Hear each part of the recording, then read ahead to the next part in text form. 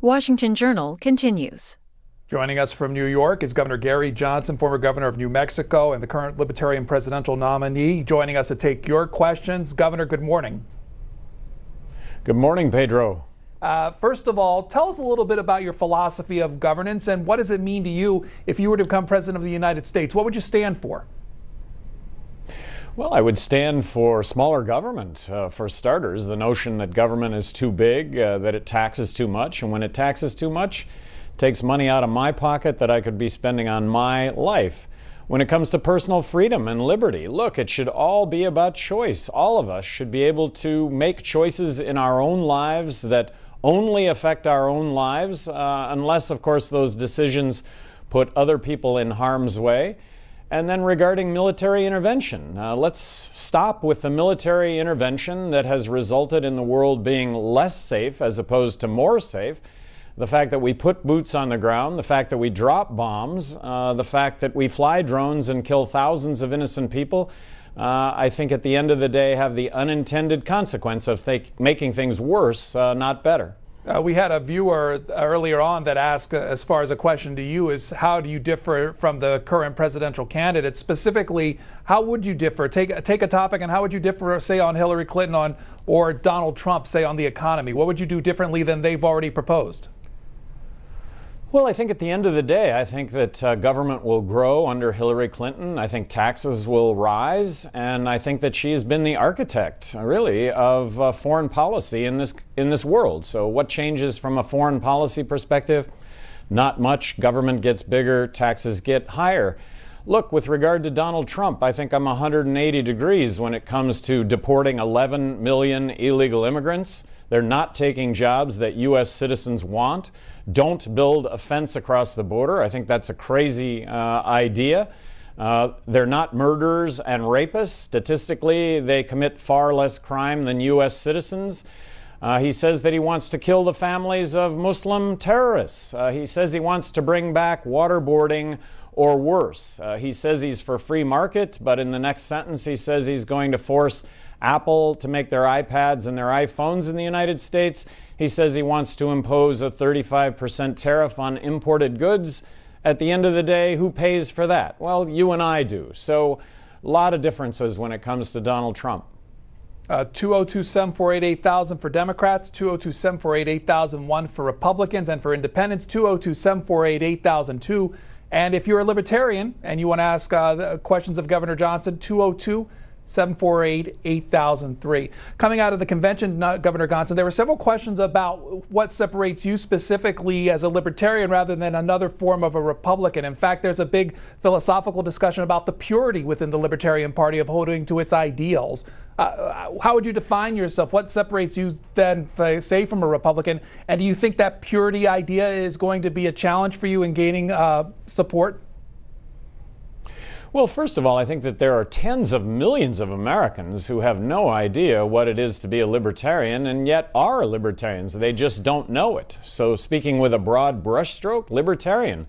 Fiscally conservative, socially liberal, I think most people fall in that category. I have issues when it comes to Democrats, when it comes to spending and government being the solution to everything. I would argue that the government, although well-intentioned, really doesn't provide solutions at the end of the day. It just taxes more, and then Republicans, bent on this social conservative dogma that at the end of the day puts people in prison for personal choices, a drug war being example, mandatory sentencing, the fact that we have the highest incarceration rate of any country in the world. Come on, people should be allowed to make choices in their own lives.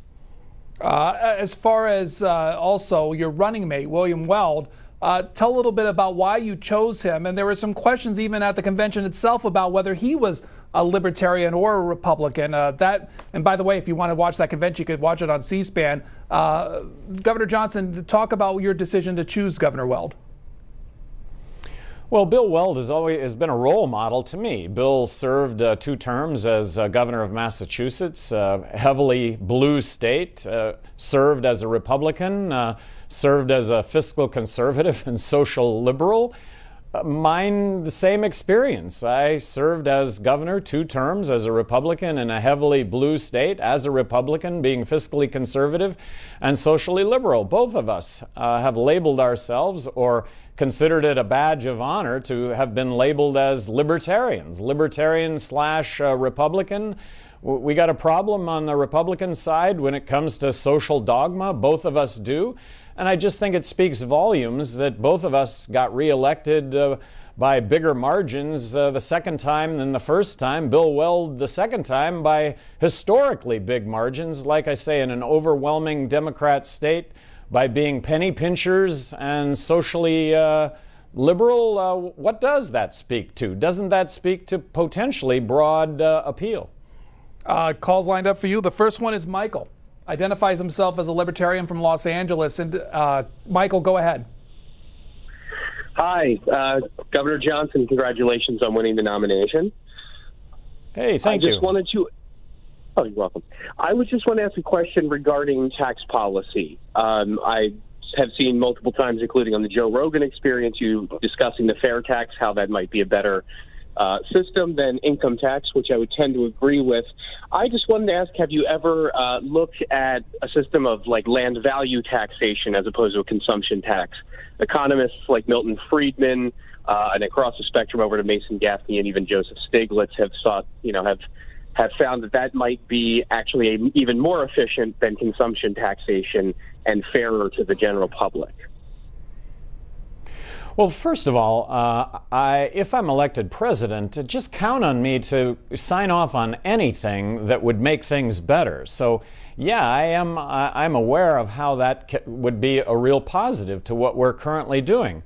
I do advocate eliminating income tax, corporate tax. I think it is the basis for crony capitalism today. Eliminating the IRS. I think that pink slips would go out to 80% of Washington lobbyists if there was no corporate tax. Congress, I think it's possible that they could do that, but if they did that, they would replace it with something. I think that a consumption tax is a lot more fair. On how to accomplish a consumption tax, I've always pointed at the fair tax as a way to dot the I's and cross the T's regarding how to accomplish one federal consumption tax. Take away the IRS. Imagine life without the IRS. Imagine zero corporate tax and the tens of millions of jobs that would get created in this country as opposed to anywhere else in the world, because the United States would have zero corporate tax. As far as monetary policy, Governor Johnson, a viewer off of Twitter asked if you would plan to keep the Federal Reserve. Well, as President of the United States, I'm getting elected President of the United States, not dictator. So with regard to the Federal Reserve, look, if Congress were to submit legislation to abolish the Federal Reserve, they would replace it with regional banking. I don't think they're going to submit legislation saying abolish the Federal Reserve. If they did, I would sign off on that legislation. But regarding the Federal Reserve, we should audit the Federal Reserve, and we should get rid of the dual mandate that the Federal Reserve now has, which is keeping inflation in check and full employment, which I think are at loggerheads with one another. I think that the mandate should be to reduce inflation. From Lawrenceville, Georgia, Republican line. Ed, you're next. Go ahead. Good morning. Yes, as you know, our military has been shrinking. Now, if you were president, exactly, what I want to know, here's my question. Would you increase the amount of money we're spending right now, or would you lower it? And isn't it true that you'd like to basically get rid of the military?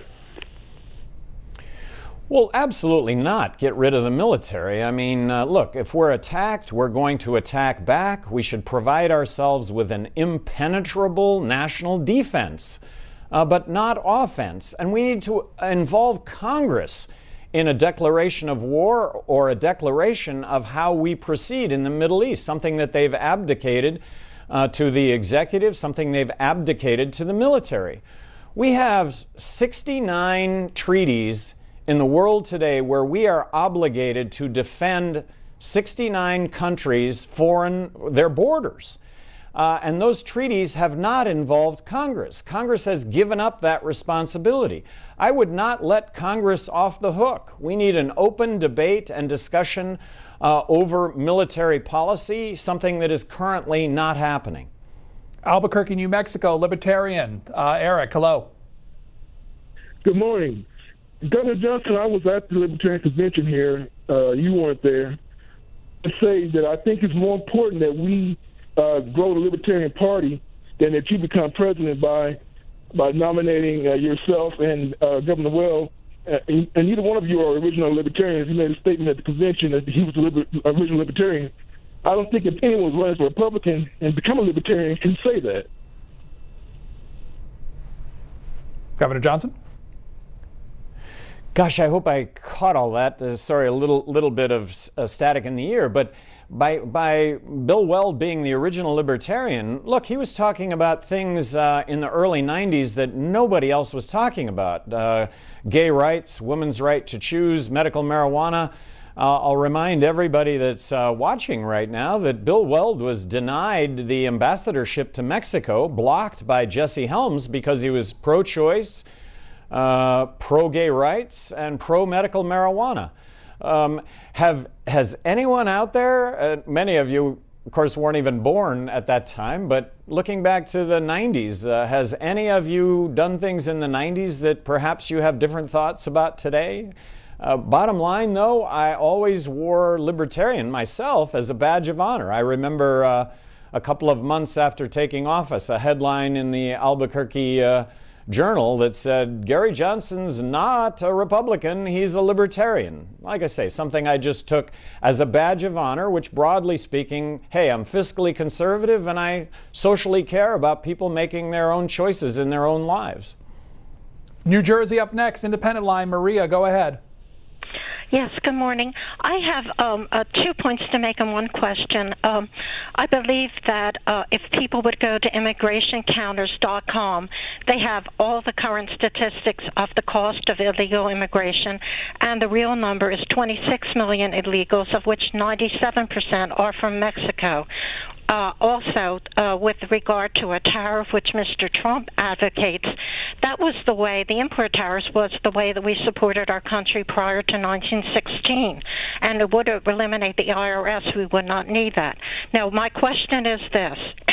If he is president and takes an oath to uphold the Constitution and the laws, how can he pretend that it's all right for people to stream over the border? And what is his definition of a country? Shouldn't it be border, culture, and language? Thank you very much.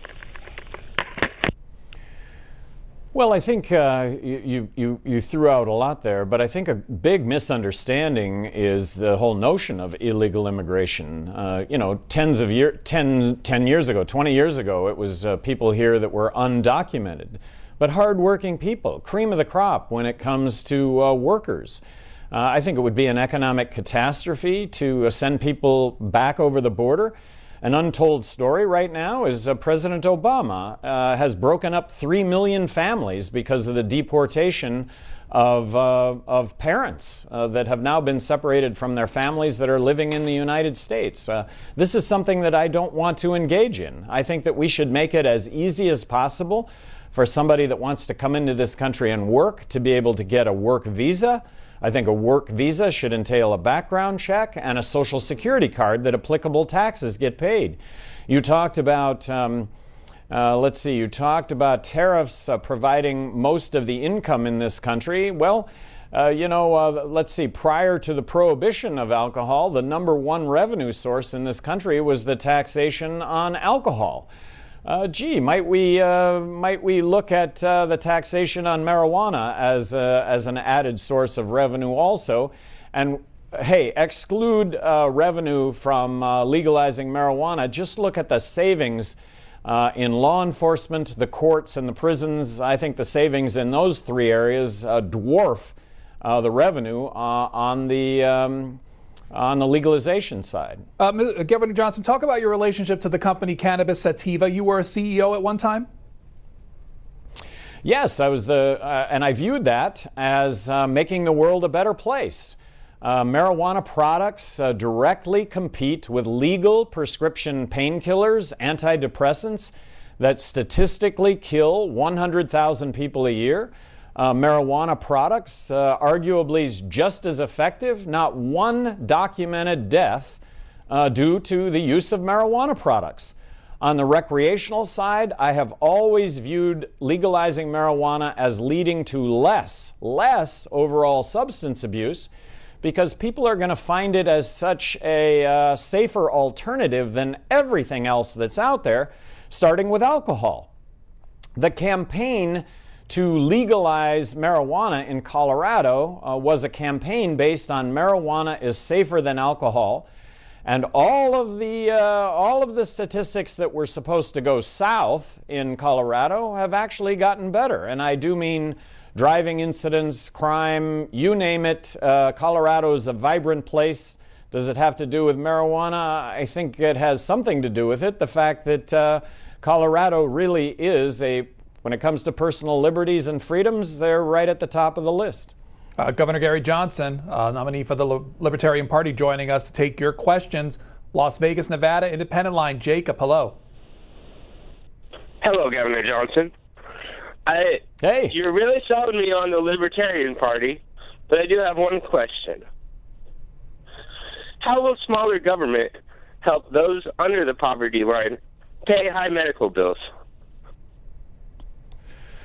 Well, you hit on a couple of things. High medical bills. I think medical bills are driven by the government. If we had a free market approach to healthcare, and by the way, healthcare right now is about as far removed from free market as it could be, but if we had a free market approach to healthcare, we would not have insurance to cover ourselves for ongoing medical need.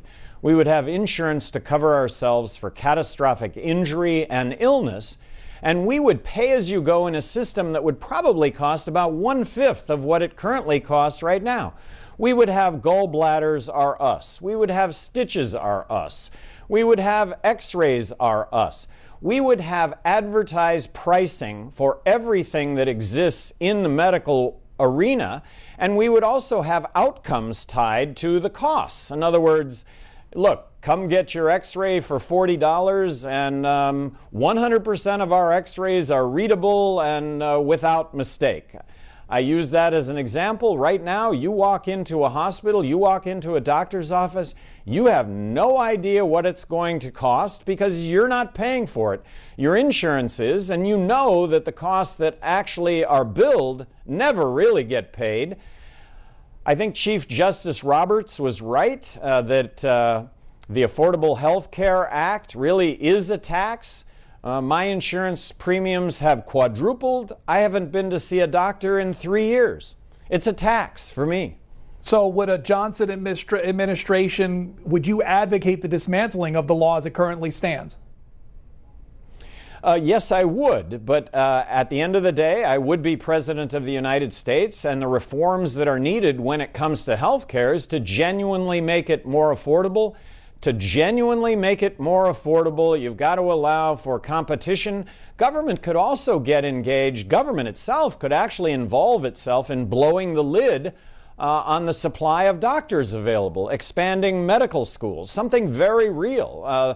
There are only a limited number of doctors. There could be a lot more doctors. Government could play a role in accommodating that. Here is Mike from Tampa, Florida. Go ahead. You're on our Democrats line. Yeah, good morning. Given that we have a $19 trillion debt that was incurred by the federal government, how would the Libertarians propose reducing that debt or even paying it off, given the fact that we have necessary government obligations such as the Defense Department? Thank you. Well, first, hey, let's forget about paying it back because all we do is add to it, and currently 20% of everything that we're spending is really printed money, if you will. It's new debt. So just the ability to put a lid on spending or to reduce spending even a little bit, coupled with economic growth, has a profound impact.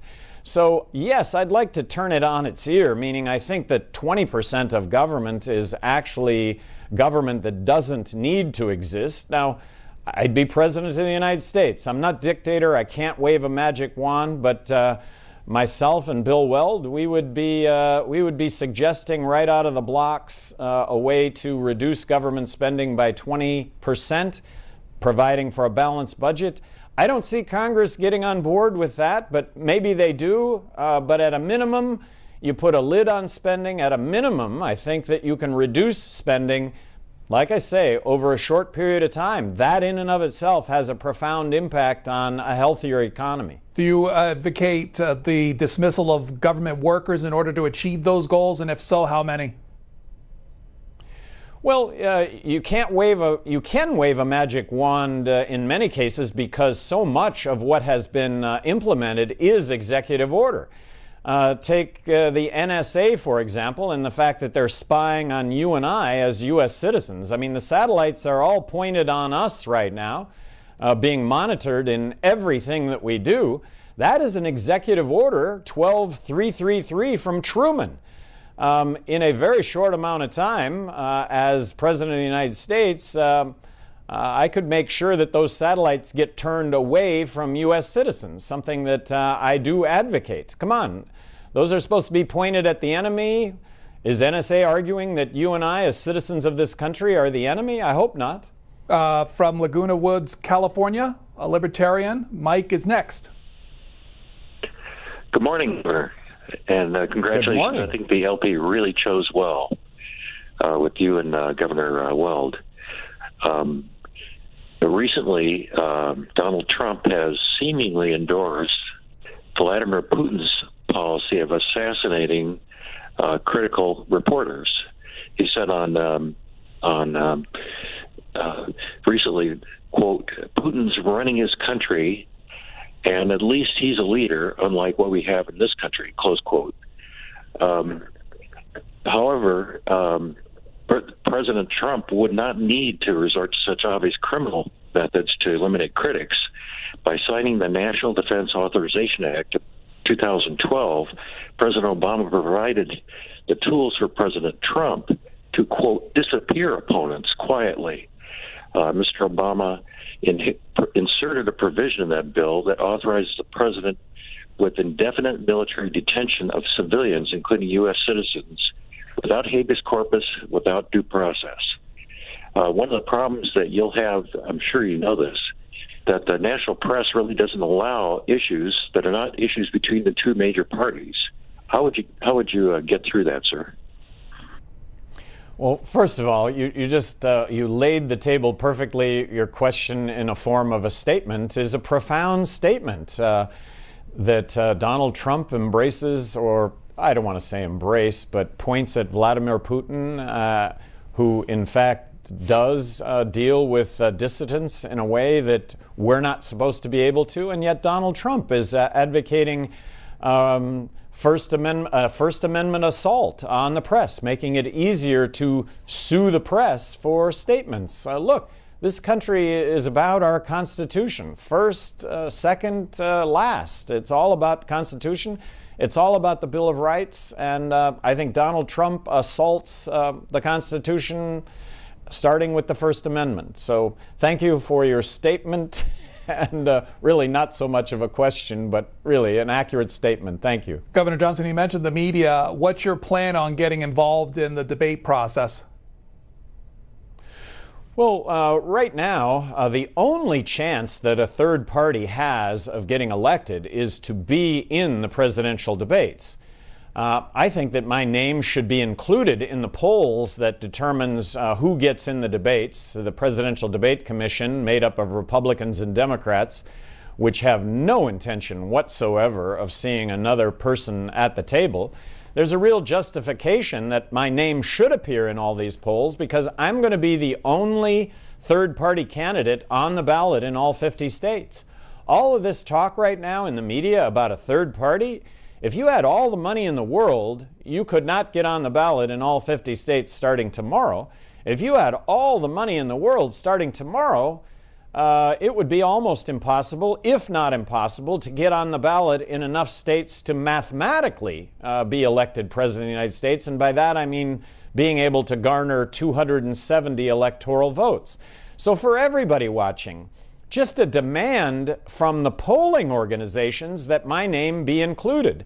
I've been included in 3 national polls, 10%, 10%, and 11%.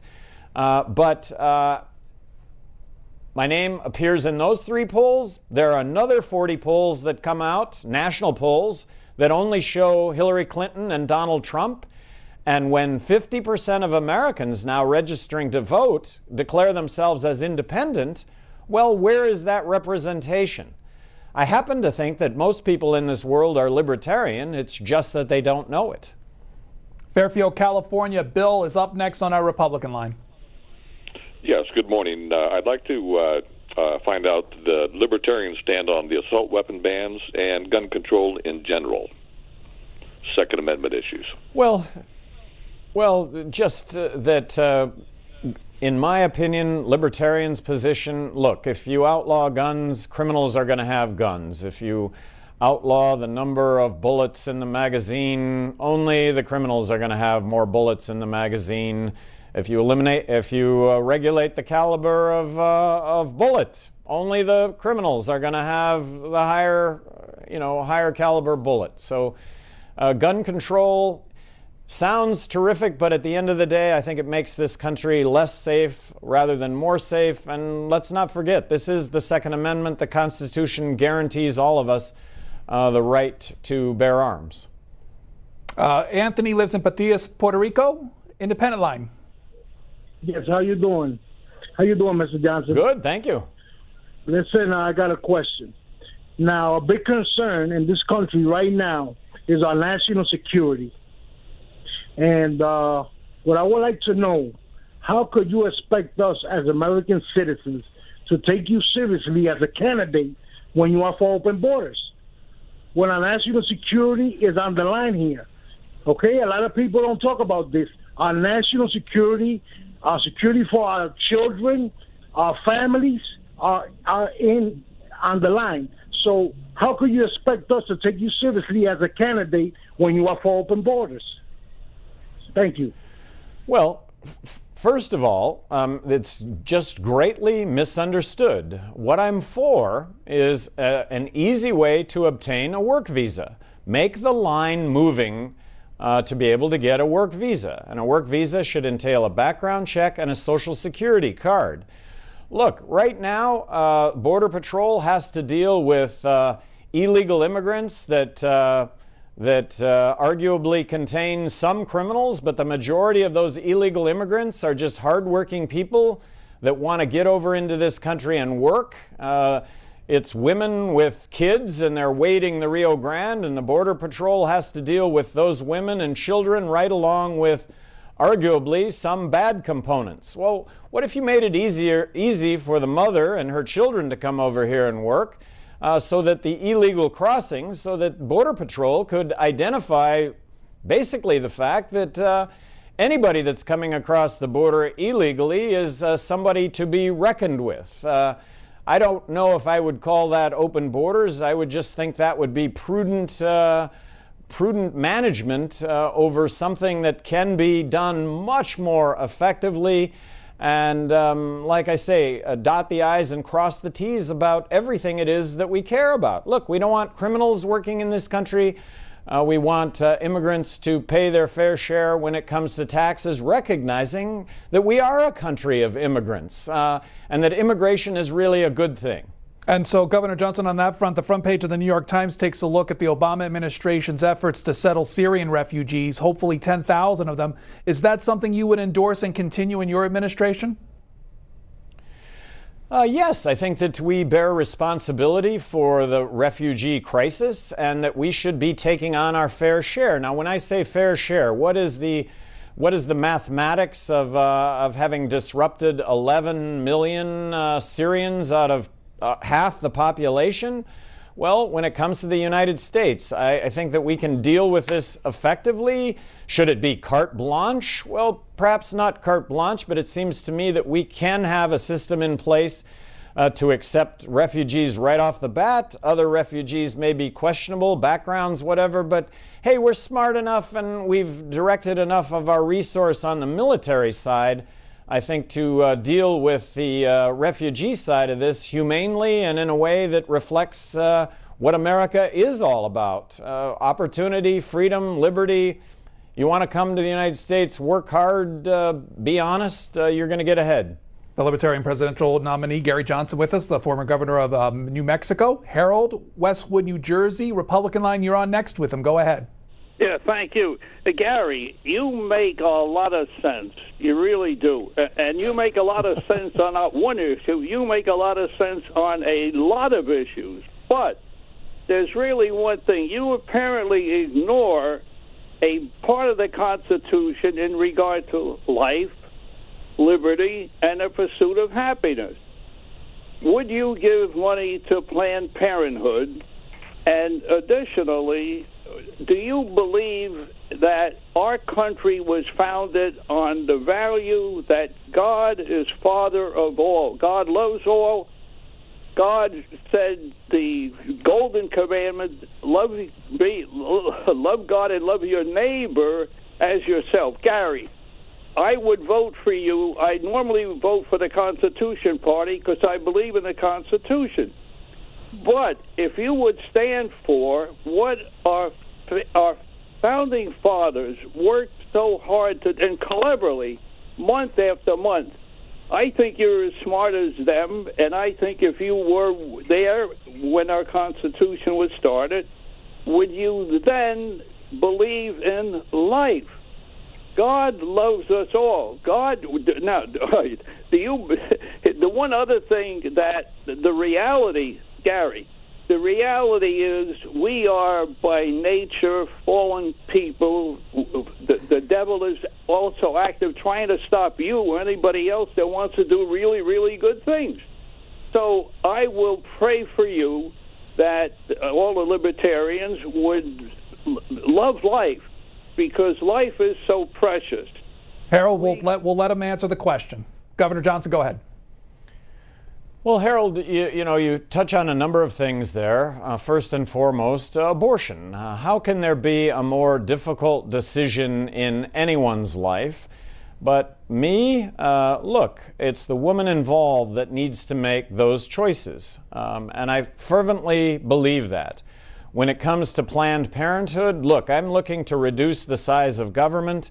I don't want to target Planned Parenthood as something that I would not fund. Would I propose a reduced expenditure to Planned Parenthood? Yes, just like I would propose a reduced expenditure to everything. But I think Republicans, at the end of the day, they end up really taking it on the chin when it comes to targeting Planned Parenthood. Look, target lower spending, and in that context, Planned Parenthood is a part of the whole. And then regarding the separation of church and state, I fervently believe that there should be a separation of church and state. I grew up as a Christian, but should God play a role in government? No, I think that is firmly established in the Constitution. Dave, this is Claudia, Prescott, Arizona, Democrats line. Hi there, Mr. Johnson. I know you're a Republican in your past. Or libertarian. Libertarian. Well, he was a Republican, wasn't he, as a governor? Yes, but a libertarian Republican governor, today libertarian presidential candidate. So I really want to draw a line of distinction. Okay, I'm a libertarian. All right. I'm trying. Well, okay, thank you. You can't really bury your past, but no, you can't. None of us can. See him and William Weld stand behind Bernie Sanders. Maybe sit down and talk to him and group together, because there's a whole lot of people out here that want Bernie Sanders to win the nomination, and if he's not in the nomination, I'm sure you'd take home the prize if you had all the ideas Bernie Sanders has and 3/4 of America have. Thanks, Claudia. Well, Claudia, and here's a pitch to make to everybody out there, which is the website isidewith.com. isidewith.com. Get online, take that political quiz, I Side With, really simple, 60 questions. You don't have to register, but at the end of that quiz, you get paired up with the presidential candidate most in line with your views. Don't we all owe it to ourselves to find out who we align with, who we side with? Well, in that context, of course, I side with myself 100% of the time. But interestingly, of all the presidential candidates, I next side with Bernie Sanders at 73%. Now, that's the side of Bernie that has to do with pro-choice, pro-marriage equality. Let's stop with the military interventions, that there is crony capitalism, that government really isn't fair when it comes to this level playing field. Legalized marijuana, look, 73% of what Bernie says I agree with. We come to a T in the road when it comes to economics. I would really argue that if we absolutely had a fair system of economics, free markets, that we would do a lot better than going down the path of socialism. And look, libertarians agree with socialism as long as it's voluntary, but when it's forced, that's tyranny. So that's the libertarian perspective. But I think there's so much in common that just factually speaking, take a look, Bernie Sanders supporters. Take a look at who you next side with. David, Willow Spring, North Carolina, independent line. Good morning. Governor Johnson, a few callers back, you were talking about the Affordable Care Act, and there were some polls in the country that showed that between 60 and 65% of the population, while not happy with the Affordable Care Act in its current state, would like to see it repaired and improved upon. I wanted to know if you would be open to something like that for the pre-existing conditions, children being able to stay on their parents' plan till 26, some of those type things.